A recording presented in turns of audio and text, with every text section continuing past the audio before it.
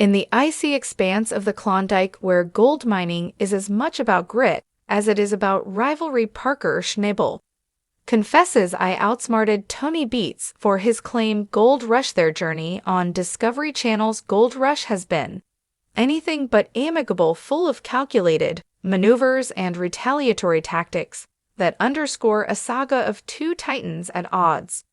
Parker Schnabel, who took over his grandfather's enormous nugget mine at an early age and quickly found himself in the shoes of a miner negotiating a contract with the season's miner Tony Beets. This arrangement swiftly fell apart, paving the way for a tumultuous interaction between the youthful trailblazer and the seasoned. Beets had the upper hand throughout Powerhouse, which was tense from the start. This power disparity was evident in Season 4, when Beets abruptly closed Parker's business due to unfulfilled contracts, and it was evident one more in Season 8 over a disagreement involving misappropriated land. Despite these setbacks, Schnell's mining skills developed, making him one of Alaska's top gold miners.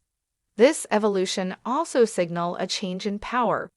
By Season 12, Schnabel had come up with a strategy to subtly avenge Beets, reversing the course of their long-running rivalry in a daring maneuver in an act of symbolic defiance against Beets' oppressive methods. Schnabel threw more dirt from his claim onto Beets' land. Although this may seem insignificant to those outside the high-stakes world of gold mining, it was a serious setback for those involved. When Schnabel talked about the burdensome royalty deal he struck with Beets over the land near the airstrip, it became clear that the power dynamics had changed, and that he was no longer a helpless young man to be taken lightly. The deal we got with Tony is a little bit weird on the old royalty front, Schnabel reflected in Season 12, Episode 99, noting that the deal structure, which escalated royalties with increased yield, was a constant thorn in his side. And the lease with Beets expired in Season 14, and Schnabel expressed regret for the financial risks he had taken, which included a large investment to mine Mud Mountain and counting on the extraction of 8,000 ounces of gold. This venture, along with the 3,000 expected from the airstrip lease, highlighted the extreme pressure and financial gambles inherent in gold mining. Parker Schnabel and Tony Beets' relationship has evolved from mentorship to rivalry to quiet respect through strategic plays and a relentless pursuit of autonomy. Sagel's decision to sever professional ties marked the beginning of a new era for the young miner. This was not just a business decision, it was a personal emancipation from a deal that had long favored Beets in the harsh landscape of the Klondikes, where fortunes are dug out of the frozen ground. Schnabel's declaration of stealing Beets' gold is less about actual theft and more about asserting his legitimate position as the Klondike's monarch, opposing the old guard, and changing the course of the gold mining industry in the rough and tumble Klondike where fortunes are made and lost. Parker Schnabel and Tony have an unexpected bond when Parker Schnabel, a once naive teenager who has turned into a mining, and Tony, an experienced mining veteran, first started gold mining with his grandfather. It was not with the intention of becoming one of the show's most beloved stars at 29. Instead, they have a complex relationship that transcends the typical competitive dynamics depicted on the hit show Gold Rush. Away from the cameras, Parker and Tony's relationship takes on a different tone, one marked by mutual respect, typical of those who understand the stakes of their business.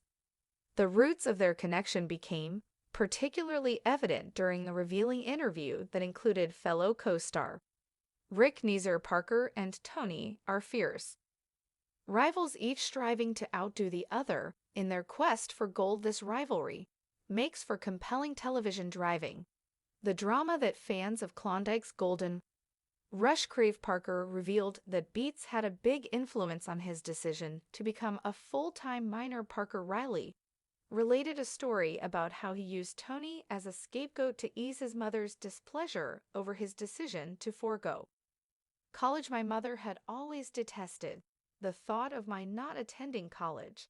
so I always planned to go in order to appease her, but I ended up meeting Tony Beets and traveling to the Yukon. Parker started but was amusingly cut off by a horrified Beet who exclaimed, "You're blaming me." Parker answered, "Yeah, now I blame Tony so my mother can be mad at him." This humorous yet poignant exchange highlights a deeper bond between the two, suggesting that Tony may have unintentionally encouraged Parker to pursue a career in mining. Although Parker's initial passion for mining was sparked by time spent with his cherished grandfather, his interactions with Tony Beets reinforced his decision to pursue this demanding career. Parker's parents watched the program casually, and they experienced a heartwarming moment when Nancy recognized how much her son appreciated those early moments with his grandfather. This underscored the emotional depth of Parker's journey.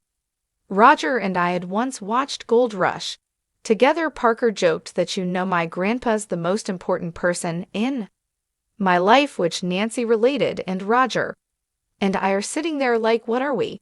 It was an amusing way to dodge the topic.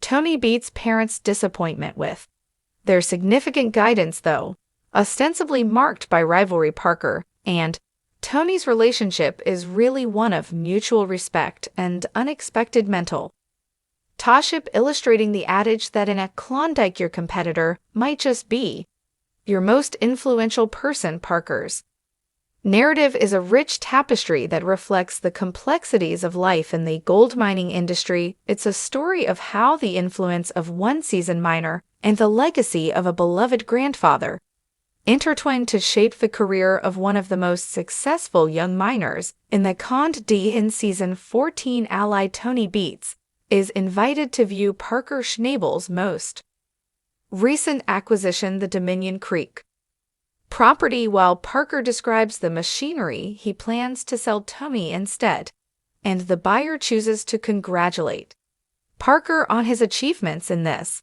appreciation. Parker expresses his gratitude for Tony's early belief in him, which was essential to his current success, highlighting a substantial shift in their relationship. While Tony acknowledges that Parker was trained by his grandfather John Schnabel, he also praises Parker for his desire, which Tony notes cannot be taught in any classroom. When it comes to Parker's career, Tony emphasizes the value of the hard lessons that have shaped it. This interaction stands in stark contrast to Tony's relationship with his son Kevin, who, while seeking attention from Tony, receives none. Kevin's notable absence early in Season 14, which was amusingly attributed to gardening, seems to have more to do with proving his worth than actual gardening. When he returns, the tension between father and son is evident and strained communication occurs. The story then turns to the boomerang cut, which denotes a significant change in Parker's activities. Here, a wash plant is relocated while Parker bargains with a father and his two sons about possible equipment sales and land leases, which may or may not indicate future partnerships. This section is enhanced by the finding of a mummified mammoth, which the crew voluntarily gives to the authorities rather than using to make money, in line with Parker's advancements.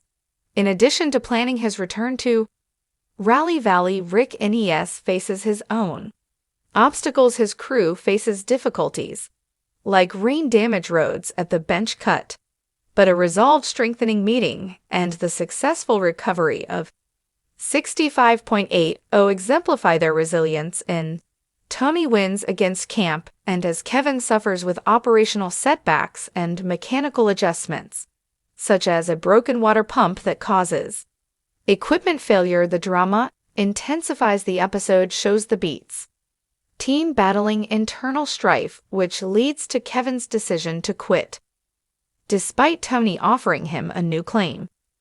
Tony's departure raises questions about the future of his mining operations, leaving the audience to wonder what will become of the Beets family's pursuits. Thank you.